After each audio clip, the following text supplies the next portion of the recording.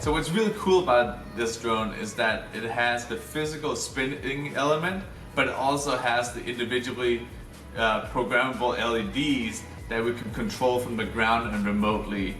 And once you combine that with music and a computer that listens to the music and the drone reacting to the music, you have a light show.